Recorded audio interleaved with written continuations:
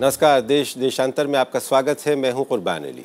प्रधानमंत्री नरेंद्र मोदी ने हाल ही में रेडियो पर प्रसारित मन की बात कार्यक्रम में नशे की लत को राष्ट्रीय दर्द बताया था और समाज तथा सरकार से मिलकर इस बुराई को जड़ से उखाड़ फेंकने की अपील की थी। साथ ही उन्होंने अधिकारियों से इस समस्या का समाधान तलाश करने के लिए एक हेल्पलाइन के गठन का वायदा भी किया था और सोशल मीडिया से भी इसके खिलाफ मुहिम छेड़ने की अपील की थी। देश के कई राज्य, खासकर सीमावर्ती राज्य पंजाब, नशे की समस्या से जूझ रहा है। राज्य के उप मुख्यमंत्री और शिरोमणि अकाली दल के नेता सुखबीर सिंह बादल ने ऐलान किया है कि नए साल में वो पंजाब को नशीली दवाओं से, नशे से मुक्त कराएंगे। पंजाब में नशीली दवाओं की लत खासकर युवा पीढ़ी में तेज़ी से फैल रही है और एक सर्वे के मुताबिक प्रत्येक 10 युवाओं में से 7 लोग अल्कोहल या नशीली दवाओं का सेवन कर रहे हैं। आखिर क्या है पंजाब में नशे की बढ़ती लत के कारण? क्यों फल फूल रहा है पंजाब में नशे का व्यापार और आखिर इस समस्या का क्या है निदान? देश देशांतर में आज इसी विषय पर बात करेंगे। हमारे साथ इस विषय पर बात करने के लिए कुछ खास मेहमान हैं। जाने माने वकील और आम आदमी के पार्टी के नेता एच.एस. फुल्का हमारे साथ जुड़ेंगे। जाने माने समाजशास्त्री जॉर्ज मैथ्यू हमारे साथ हैं। कांग्रेस पार्टी के नेता और प्रवक्ता आदिल सिंह बोपराय और साथ ही हमारे साथ फोन लाइन पर मौजूद हैं शिरोमणि अकाली दल के नेता और राज्यसभा सांसद नरेश गुजराल और बीजेपी के नेता विजय सोनकर शास्त्री भी हमारे साथ जुड़ेंगे। और इस विषय पर बात करने से पहले आइए देख लेते हैं एक रिपोर्ट। लगता है कि पूरा पंजाब नशे की लपेट में है और युवा पीढ़ी खुद को बर्बाद कर रही है। राज्य में सन 2014 में नशा छुड़ाने के लिए अलग अलग अस्पतालों में 3,40,000 लोगों ने पंजीकरण कराया। इसके अलावा बहुत से लोगों का इलाज राज्य के बाहर भी चल रहा है। राज्य में हर साल हजारों युवा नशे की लत के चलते अपनी जान गंवा रहे हैं। पंजाब पुलिस ने पिछले साल एनडीपीएस एक्ट के तहत करीब 12,000 लोगों को गिरफ्तार किया, जबकि तकरीबन 10,000 मामले दर्ज किए गए। इसके अलावा राज्य भर में 1500 किलोग्राम नशीले पदार्थ भी बरामद किए गए। पिछले एक बरस के दौरान पुलिस की कार्रवाई से अंदाजा लगाया जा सकता है कि पंजाब में नशे के कारोबार की जड़ें काफी गहरी हैं। तमाम कोशिशों के बावजूद पुलिस नशे के कारोबारियों पर लगाम लगाने में नाकाम रही है। प्रधानमंत्री नरेंद्र मोदी रेडियो पर मन की बात कार्यक्रम में इस पर गहरी चिंता जता चुके हैं। दूसरे राजनीतिक दल भी राज्य में नशे के फलते फूलते कारोबार के खिलाफ कड़ी कार्रवाई की मांग कर चुके हैं। Bureau report, Rajya Sabha TV. तो हमने अभी पंजाब में नशे की हालत पर एक रिपोर्ट देखी। मैं नरेश गुजराल साहब आपसे शुरुआत करना चाहूँगा कि आप पंजाब से आते हैं। पंजाब में ये जो नशे की समस्या है कई दशकों से चली आ रही है और अब काफ़ी बढ़ गई है। एक तरह का आतंक नज़र आता है क्योंकि कहा यह जा रहा है कि हर 10 में से 7 युवा इस नशे की बीमारी से, नशे की लत से उसके आगोश में है। पहली बात तो मैं आपसे ये कहना चाहूँगा कि पंजाब क्योंकि सीमा पर है, ये एक प्रॉक्सी वॉर है पाकिस्तान का देश के खिलाफ, लेकिन पंजाब ये लड़ाई लड़ रहा है।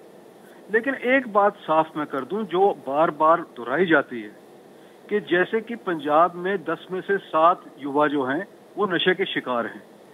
आज तक कोई ऐसी स्टडी नहीं करवाई गई, जनरल स्टडी पंजाब में, जिससे ये मालूम चले कि कितने लोग शिकार हुए हैं।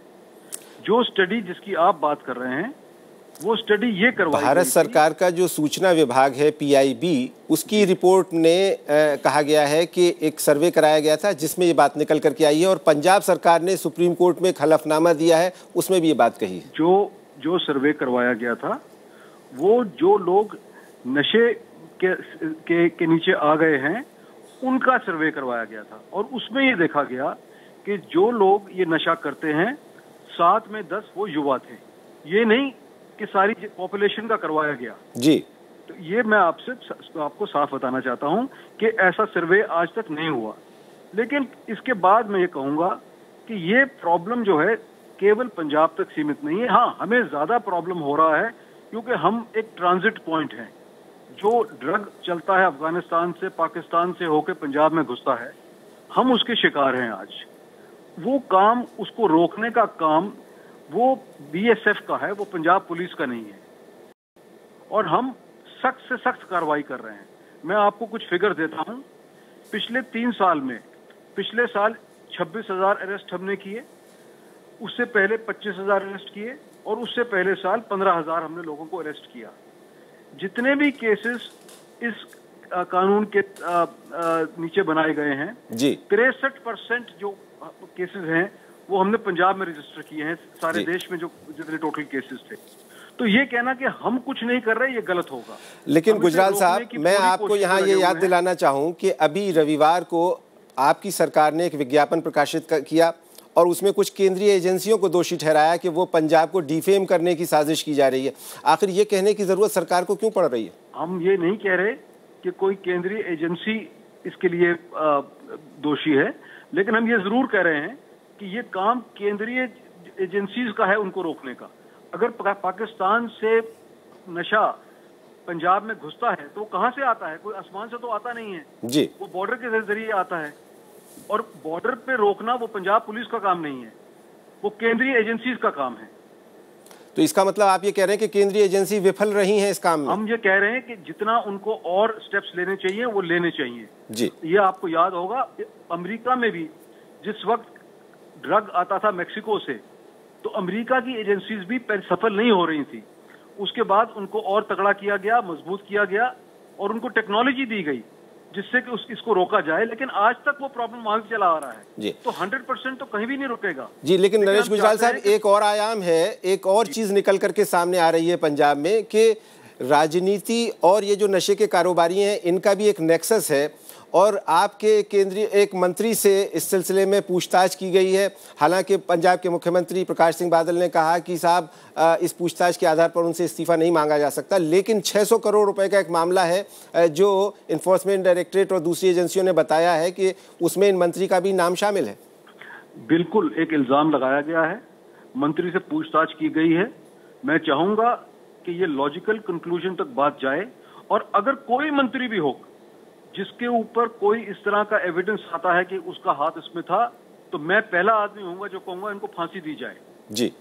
आप बने रहे 1 मिनट के लिए। हमारे साथ कांग्रेस पार्टी के प्रवक्ता आदिल सिंह बोपराय भी हैं। आदिल बोपराय, आप क्या कहना चाहेंगे? जो नरेश गुजराल साहब कह रहे हैं कि राज्य सरकार के जो मंत्री के ऊपर आरोप लगाए गए हैं उसकी जांच करा ली जाए और उसके बाद जो भी सजा हो वो मुकर्रर की जाए, क्या कहेंगे आप? अली साहब, सबसे पहले इस पूरे घटना में एक चीज़ हमें बहुत ध्यान से, we must all be aware कि ये जो सारा ड्रग रैकेट है ये सिंथेटिक ड्रग रैकेट है, ये केमिकल ड्रग्स का ड्रग रैकेट है जो लेबोरेटरीज और फैक्ट्रीज पंजाब में स्थापित की गई हैं अकाली और बीजेपी लीडर्स से, वहाँ मैन्युफैक्चर हो रही है। ये अब अकाली दल और बीजेपी जान के प्रोपेगेंडा के तहत अब डिफ्लेक्ट और डाइवर्ट अटेंशन कर रही हैं। पर अगर देखा जाए ये जगदीश सिंह पोला ड्रग रैकेट है और बताना चाहूँगा ये 600 करोड़ नहीं 6,000 करोड़ रुपए का ड्रग रैकेट है। ये जो सारा ड्रग रैकेट है ये सिंथेटिक ड्रग्स और केमिकल ड्रग्स के उस सिलसिले में ड्रग रैकेट है। जैसे ड्रग सूडोएफ्ड्रीन हुआ, मेट हुआ, आइस हुआ, ये बहुत ही खतरनाक ड्रग्स। आपके नेता राहुल गांधी ने 2012 में कहा था कि पंजाब में 10 में से 7 युवा नशे की लत से पीड़ित हैं या आदी हैं उसके। 10 साल सरकार रही यूपीए की, मनमोहन सिंह साहब ने इस सिलसिले में क्या कदम उठाया? क्योंकि जो पूर्व चुनाव आयुक्त हैं एसवाई कुरैशी, उन्होंने अपनी एक रिपोर्ट दी थी और उसमें कहा था कि एक बहुत बड़ी समस्या है, इससे निपटने के लिए कुछ योजना बनानी चाहिए। अली साहब, इसमें भी बहुत एक महत्वपूर्ण बात मैं आपको बताना चाहूँगा आपके माध्यम से जी, कि अप्रैल 2012 में यूपीए सरकार ने एक नेशनल पॉलिसी निकाली थी, national policy on narcotic drugs and psychotropic substances act. इस पॉलिसी के तहत डायरेक्टिव दिया गया था ऑल स्टेट गवर्नमेंट्स को कि ये जो सेल और परचेज होता है ये पॉपी हंस का, ये आप ख़त्म कीजिए, ठीक है। जैसे अपने गुजराल साहब कह रहे हैं जी हमारी रिस्पॉन्सिबिलिटी नहीं है जी, ये सेंट्रल एजेंट्स की रिस्पॉन्सिबिलिटी है। अकाली दल कह रही है जी नेबरिंग स्टेट्स की रिस्पॉन्सिबिलिटी है। ये बिल्कुल प्रोपेगेंडा है। पहली बात, ये सिंथेटिक ड्रग्स हैं, केमिकल ड्रग्स हैं जो मैन्युफैक्चर पंजाब में किए जा रहे हैं। दूसरी बात, यूपीए का सरकार है, कांग्रेस पार्टी का सवाल है। अप्रैल 2012 में हमारी पॉलिसी थी, कांग्रेस पार्टी की पॉलिसी थी, और जब ये आज की केंद्रीय सरकार अब यही पॉलिसी पे रिलाई कर रही है राजस्थान। मैं आता हूँ आपके पास, हमारे साथ नरेश जी, आप हमारे साथ बने हुए हैं। नरेश गुजराल साहब, चाहूँगा जी। हाँ जी, अब मैं आपसे जानना चाहूँगा, क्योंकि अब आप सरकार में भी शामिल हैं, एनडीए के हिस्सा भी हैं आप, कि आपकी सरकार बनी, प्रधानमंत्री जी ने जो वायदा किया था, अभी उन्होंने एक प्रोग्राम भी किया था रेडियो पर, खासतौर से इसी पे फोकस करते हुए, लेकिन अभी तक कोई योजना, कोई रणनीति सामने आई नहीं है। देखिए, पहली बात तो मैं आपका अभी कांग्रेस के प्रवक्ता ने कहा कि ये केमिकल ड्रग्स जो हैं जी वो पंजाब में बन रहे हैं। मैं एक बात आपको बताना चाहूंगा और आपके दर्शकों को बताना चाहूंगा, 80% केमिकल ड्रग जो है वो हिमाचल प्रदेश में बनाया जाता है। जो ये फैक्ट्रीज हैं ये हिमाचल प्रदेश में है, पंजाब में नहीं, क्योंकि हिमाचल प्रदेश में इनको फ्री टैक्स फ्री स्टेटस मिला हुआ है। तो ये हिमाचल प्रदेश से आते हैं जहां कांग्रेस का राज है। दूसरी बात, एक ओपीएम जो है, अफीम, वो राजस्थान में लीगल है और वो वहां से स्मगल होकर पंजाब में आती है जी। और जब राजस्थान में कांग्रेस का राज रहा, हमारे मुख्यमंत्री ने कई बार कांग्रेस के मुख्यमंत्री को ये रिक्वेस्ट की कि उसको वहां बैन किया जाए, क्योंकि इससे पंजाब का नुकसान हो रहा है, लेकिन कोई किसी तरह का स्टेप नहीं उठाया गया। अब हमने ये मामला होम मिनिस्ट्री के साथ भी उठाया है और राजस्थान के नए मुख्यमंत्री के साथ भी उठाया है। जी, आप बने रहिए नरेश जी हमारे साथ विजय सोनकर शास्त्री साहब जुड़ गए। विजय सोनकर शास्त्री साहब, मैं बात कर रहा था कि प्रधानमंत्री मनमोहन सिंह ने चुनाव के वक्त पंजाब में जब रैलियों को संबोधित किया था तो कहा था कि जो ये नशे की लत यहाँ के युवाओं को लगी हुई है और युवा पीढ़ी बर्बाद हो रही है, हम जब सत्ता में आएंगे तो इससे निपटने के लिए कोई एक रणनीति बनाएंगे, कोई योजना बनाएंगे। वो अभी तक सामने नहीं आई, सिर्फ प्रधानमंत्री का उद्बोधन हमने रेडियो पर सुना नशे की समस्या को लेकर। देखिए, ये गंभीर समस्या है और ये समस्या कुछ दिनों का नहीं है, कुछ महीनों का नहीं है, कुछ वर्षों का नहीं है, बल्कि पंजाब में जो ये समस्या है ये बड़े लंबे समय से है जी। और इस पर जो पंजाब की स्थिति दुर्दशा हुआ है, वहाँ युवकों के हालात खराब हुए हैं, हजारों लाखों वहाँ पर मौतें हो रही हैं ड्रग से। यह रियली यह बहुत मानवीय संवेदना को झकझोर देने वाला ये समस्या है वहाँ पर। और यह समस्या इतनी गंभीर थी कि इसको हमारे प्रधानमंत्री जी ने भी नोटिस लिया है और उन्होंने अपने मन की बात में भी इस पर अपने विचार व्यक्त किए हैं जी। सवाल ये नहीं है कि ड्रग्स बाहर से आ रहा है या कहीं बाहर बन रहा है या कहीं देश में बन रहा है।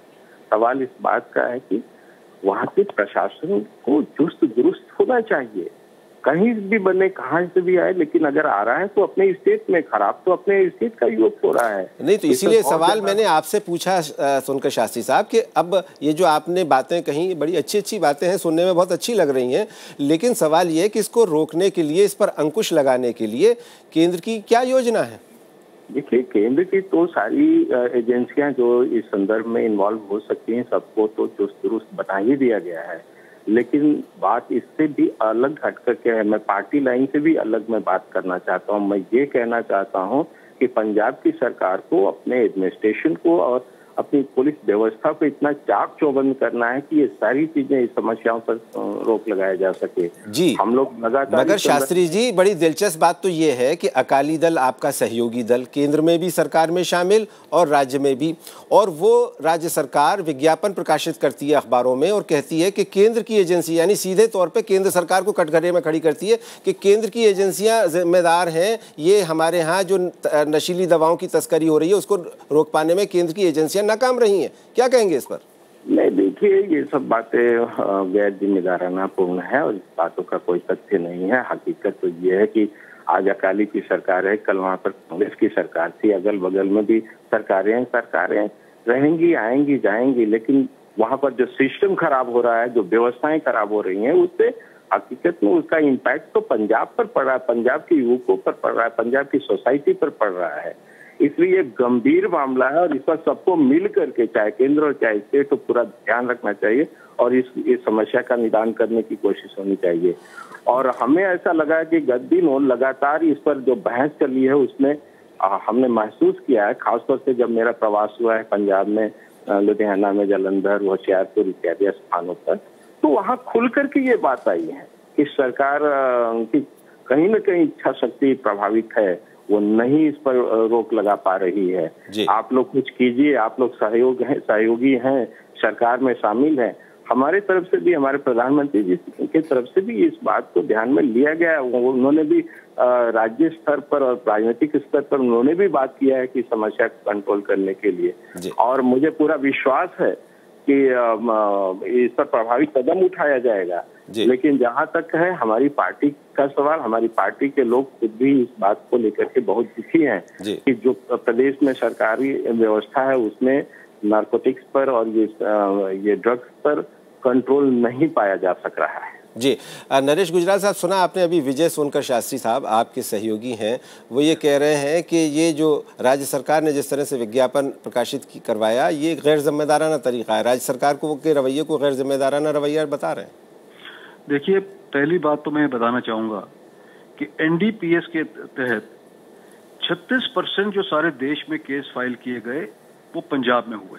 सारे देश में जितने थे उसमें 36% पंजाब में हुए जी। एनडीपीएस के तहत जितनी अरेस्ट हुई सारे देश में 63% पंजाब ने की। अब ये कहना कि पंजाब की सरकार कुछ नहीं कर रही, बिल्कुल गैर जिम्मेवारी बात है। दूसरी बात जो हमें बहुत तकलीफ से कहना पड़ता है और हम बार बार रिक्वेस्ट कर रहे हैं राजस्थान की सरकार को, अब भी जब वहां बीजेपी की सरकार है और उससे पहले जब कांग्रेस की सरकार थी, कि जो ओपीएम है वो सारा वहां लीगल है। और अगर आप हमारे बॉर्डर पे चले जाइए तो आप देखेंगे वहां सैकड़ों दुकानें खुली हुई हैं जो लीगल तरीके से ओपीएम बेच रही हैं, जो पंजाब में स्मगल होके आ रहा है।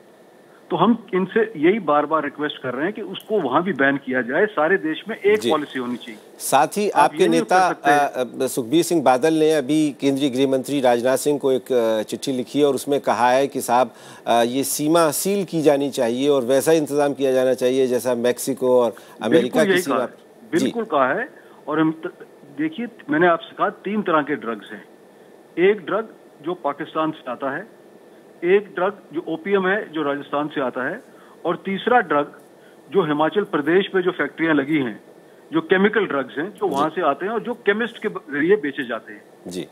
अब आप मुझे ये बताइए कि पंजाब में लाखों केमिस्ट हैं, क्या हम कैसे उसको कंट्रोल करें? क्या हम लाखों केमिस्ट को अरेस्ट कर लें जी? जब हम बहुत सख्ती करते हैं केमिस्ट के साथ तो सारा का सारा जो केमिस्ट है पंजाब का वो स्ट्राइक पे चला जाता है।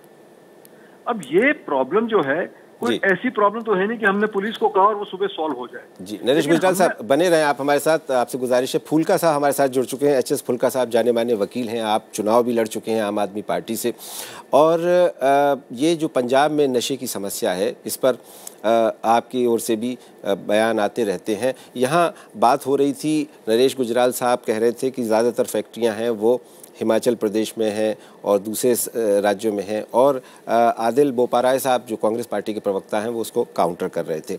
आप क्या समझते हैं कि क्या कानूनी अड़चनें भी हैं कुछ इस नशीली दवाओं की तस्करी जो पंजाब में हो रही है, जिसकी लत की वजह से पंजाब की युवा पीढ़ी बर्बाद हो रही है?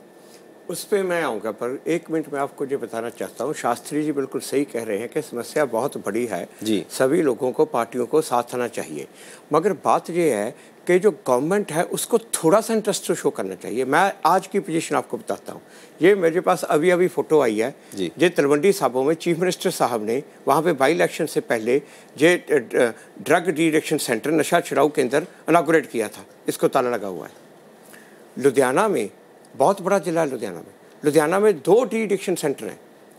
एक रेड क्रॉस भवन में है, बंद पड़ा है। सिविल हॉस्पिटल में है दूसरा, वहाँ पे 2 महीने से डॉक्टर नहीं। वहाँ पे आज ही हमारे लोग गए, वहाँ पे जाकर उन्होंने बाहर पेशेंट से उनसे बातें की कि वो कहते हमें दवाई नहीं मिलती। अंदर जाके स्टाफ से पूछा, वो कहते हमारे पास दवाई आती नहीं, हम दें कहाँ से। बल्कि जब ये स्टेट ऑफ अफेयर पंजाब में है तो शास्त्री जी की बात सही है कि सब पार्टियों को करना चाहिए, मगर कैसे करें आप? कैसे? प्राइम मिनिस्टर, प्रधानमंत्री जी ने जब बात कह दी जहाँ से कि बहुत बड़ी समस्या है, मगर वो एक्शन में भी ट्रांसलेट होनी चाहिए। वहाँ पे तो बिल्कुल ये अब नरेश गुजराल जी की काली पार्टी, उन्होंने मेरा ख्याल करोड़ों रुपए खर्चले होंगे बसों पे जाके वहाँ पे जो डेमोन्स्ट्रेशन कर रहे हैं, धरने दे रहे हैं, अपनी सरकार के खिलाफ खुद धरने दे रहे हैं, वो कर रहे हैं। इधर बीजेपी की तरफ से सिर्फ बयानबाजी हो रही है। वहाँ पे जो हालत है आज, इतनी बुरी हालत है। शास्त्री जी की बात बिल्कुल सही है। वहाँ पे किसी भी शहर में चले जाओ, कहीं पे भी आप चले जाओ, लोग आपको बातें करेंगे, आपको जैसे जितना वहाँ पे शरेआम मिलेगा। गांव में जे वहाँ पे ये जो ड्रग्स हैं ये बिक रही हैं, यहाँ पे ये सिंथेटिक भी है, यहाँ पे ये जो ओपियम भी है, वहाँ पे ये जो स्मैक हेरोइन वो कहते हैं वो भी है, और यहाँ तक ये कह रहे हैं कि हम केमिस्ट को कैसे कंट्रोल करें। अगर आप कंट्रोल नहीं कर सकते तो सरकार काहे की हुई जी? अगर आप एक्ट को इन्फोर्स नहीं कर सकते। एक बात और बताऊं, प्रिस्क्रिप्शन ड्रग्स वहां पे शरेआम केमिस्ट वो बेच रहे हैं, और अगर वह सरकार कहे हम उनको कंट्रोल ही नहीं कर सकती, अगर लॉ क्या है, अगर सरकार लॉ अपनी कंट्रोल कर सकती, it's a constitution breakdown. Naresh Gujral साहब, अकाली दल की सरकार को कटघरे में खड़ा किया जा रहा है, और दिलचस्प बात यह कि आपके सहयोगी दल भारतीय जनता पार्टी भी आपकी आलोचना कर रहे हैं इस मामले को लेकर। मैं तो बड़ी सिंपल अभी आपको फिगर दिए हैं कि 42,000 से ज्यादा अरेस्ट हम कर चुके हैं पिछले 3 साल में, सख्त से सख्त कार्रवाई की जा रही है। अब इस वक्त फुल्का जी की पार्टी लगता है कांग्रेस के साथ कुछ बना रही है दिल्ली में, तो ये इल्जाम लगाए हमारे ऊपर जा रहे हैं। लेकिन जो गुजराल जी जरा आप चले जाइए वहां पे डी एडिक्शन सेंटर मुझे बता दीजिए, काउंटर बाय पॉइंट लुधियाना के डी एडिक्शन सेंटर कांग्रेस के साथ और इसके साथ क्या हुआ है? आप 2 डी एडिक्शन सेंटर के का ताला दिखा रहे हैं, मैं आपको हजारों दिखा देता हूं जो चल रहे हैं। ऐसे ये फ्रिवलेस इल्जाम लगाना ये ठीक नहीं है नेशनल टीवी के ऊपर। लुधियाना में आप काउंटर कीजिए, सिर्फ लुधियाना जिले में जो सरकार चला रही है 2 डी एडिक्शन सेंटर है, रेड क्रॉस भवन में बंद पड़ा है, आज की बात है, और सिविल हॉस्पिटल में 2 महीने से डॉक्टर नहीं है, आज की बात है। फुल्का साहब, गुजराल साहब को भी सुन लेते हैं जी। अगर आपने लंच टाइम पर जाके वहां अगर ताला लगा हुआ और आपने तस्वीर दिखा दी तो उसका कुछ मतलब नहीं है। इस बात को हमको पॉलिटिसाइज नहीं करना चाहिए। सवाल ये है कि आज ये बहुत बड़ी समस्या सारे देश के आगे है। पंजाब में ज्यादा है क्योंकि हम बॉर्डर स्टेट हैं जी। हम इससे बिल्कुल किसी तरह की हम ये नहीं कह रहे कि वहां नहीं है, लेकिन ये मिलजुल के सबको लड़ाई लड़नी होगी, ये देश की लड़ाई है जी। जॉर्ज मैथ्यू साहब, आप समाजशास्त्री हैं, आप बताएं कि ये जो समस्या है पंजाब में, क्या एक बात ये भी कही जा रही है कि लोगों को रोज़ी रोटी की कमी हो रही है, अच्छी नौकरियां नहीं हैं, ये भी एक कारण है नशे की तरफ आकर्षित करने का? To my mind, the issue is there is also a supply and a demand. Those 2 factors are working in this state. Every state has this problem, but this is little high in Punjab. One main reason is Punjab is one of the most prosperous states in our country. But that prosperity, that cash flow, everything, how are the people utilizing it? And that's why there is a supply. Yes. And then the demand is coming. Therefore, this issue has to be tackled at the very basic and fundamental level. It has to come from an individual approach. This is my value. I will not spend my money for this. My money I will spend for something else. This has to begin from individuals, from families, from communities, and then it goes up. Why in a prosperous, cultural, rich state like Punjab, this situation has developed? जी, आदिल सिंह बोपराय साहब, कैसे इस समस्या से निपटा जाए, क्योंकि आप भी वर्षों सत्ता में रहें, केंद्र में भी रहें, पंजाब में भी रहें, लेकिन कुछ समाधान नज़र आ नहीं रहा है और ये तादाद लगातार बढ़ती जा रही है।